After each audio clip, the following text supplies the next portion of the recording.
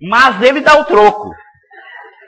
Quando ele olha para a mulher assim, depois de algum tempo, em que a pele já não está assim tão sedosa, já começa a aparecer os pés de galinha, e as estrias, que é um negócio que a mulher detesta. É o grande problema que as mulheres sofrem, é as estrias. E o pior é que é difícil tirar. Então, quando ele olha para ela, ele diz, meu Deus, onde eu fui encontrar isto?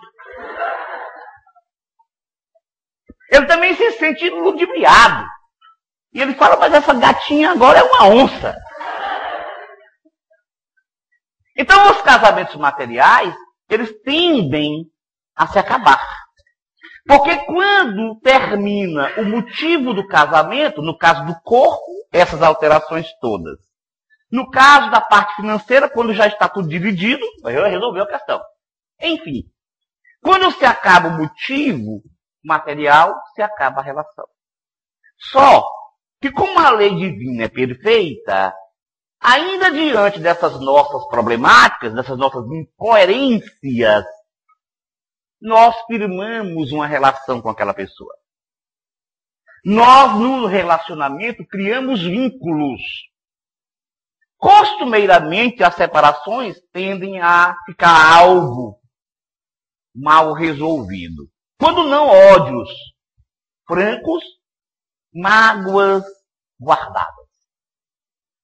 E esses espíritos que criaram uma situação mal resolvida tendem a voltar juntos para reequilíbrio.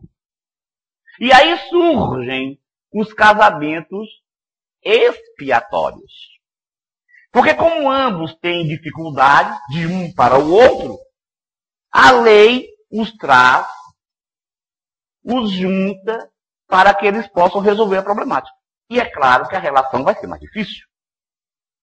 Porque eles têm que superar as animosidades que estão no fundo do inconsciente.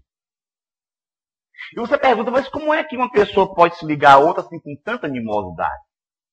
Mesmo esquecido, o espírito tem no seu íntimo uma tendência a reagir diante de quem não gosta. É tanto que no dia a dia, vez ou outra, a gente se depara com pessoas que sentem uma grande atração, mas às vezes uma grande repulsão. Sem motivo justo. Pelo menos para esta vista de mundo. Mas a lei tem como fazer.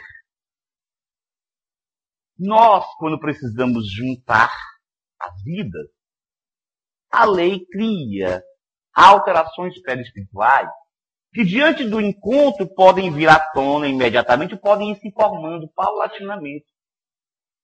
Que atrai.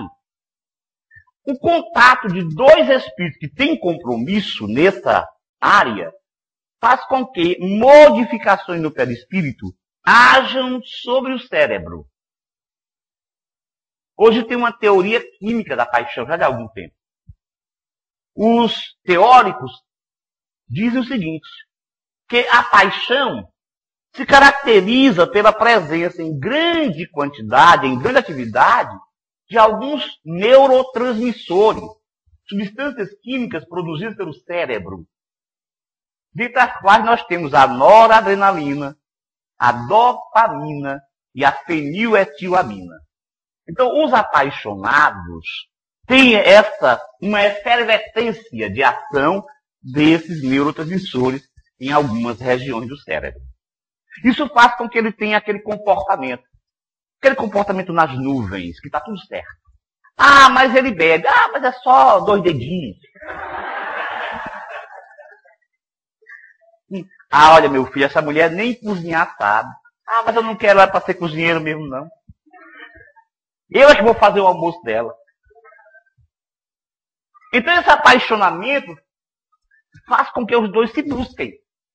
A paixão, dizem os espíritos, ela alerta para uma necessidade que nós temos. As paixões não são ruins.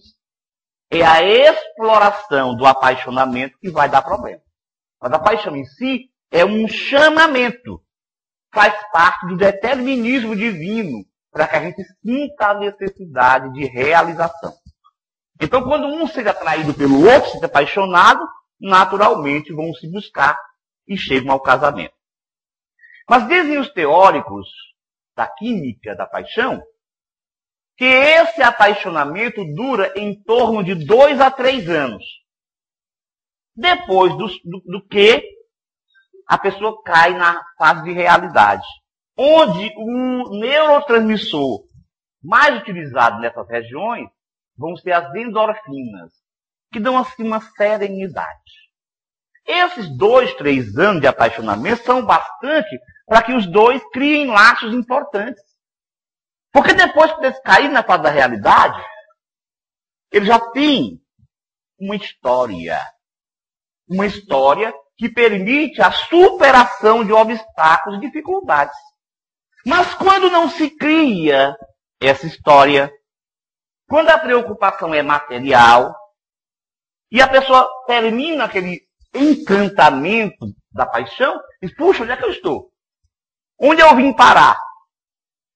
E aí nós temos, daí porque grande número dos casamentos terminam aí com 2, 3 anos.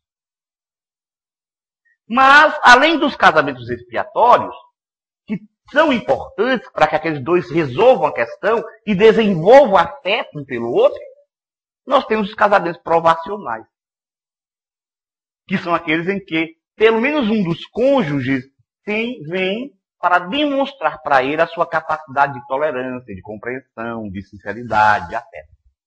Então, às vezes, casa com alguém difícil, mas está testando a sua capacidade de relacionamento.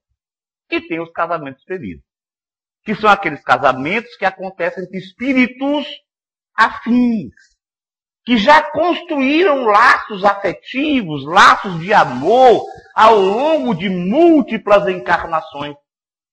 Não importando que esses laços tenham sido única e exclusivamente conjugais. Porque almas gêmeas, como se quer colocar, na maneira que se entende, não existem. Os espíritos falam sobre isso de maneira clara, muito racional, e Kardec também, em O Livro dos Espíritos, que um espírito não foi criado para o outro, não. Nós fomos criados para o amor incondicional a todos. Agora, é claro que como temos experiências repetidas, criamos afeto, carinho, afinidades. Então, melhor falar almas afins. Se você falar alma gêmea no sentido de alma afim, tudo certo. Se pensa que a alma gêmea é uma metade que procura a outra eternamente até se encontrar, não. Porque imagina isso significa egoísmo. Eu procuro a minha metade do dia que eu encontro. Nós estamos solitários, tchau para todo mundo.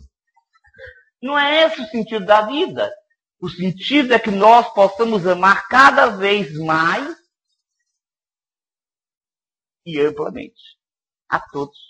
Esse amor que Jesus tem por nós também. Então, nessa formatação de afeto, os espíritos, quando se encontram, naturalmente, têm muitos pontos em comum. E por isso, os casamentos são mais tranquilos. Claro que vai haver dificuldade, naturalmente. Porque são duas pessoas diferentes, mesmo com grandes afinidades. Existem dois espíritos exatamente iguais. Isso é outra maravilha da sabedoria divina. Em todo o universo, ou melhor, em todos os universos não há dois espíritos exatamente iguais. Sabe por quê?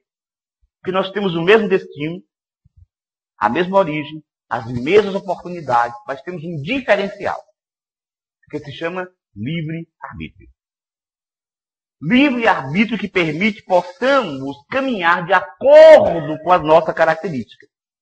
Por isso, os espíritos existem afins, semelhantes, mas exatamente iguais não. Nós somos, portanto, seres especiais. Cada um de nós é um ser especial para Deus. Mas, então, por causa de não compreender tudo isso, é que as pessoas acabam com o casamento. O que fazer? Será que tem uma fórmula? Ontem nós falamos sobre isso também. Será que tem uma fórmula para a gente manter o casamento?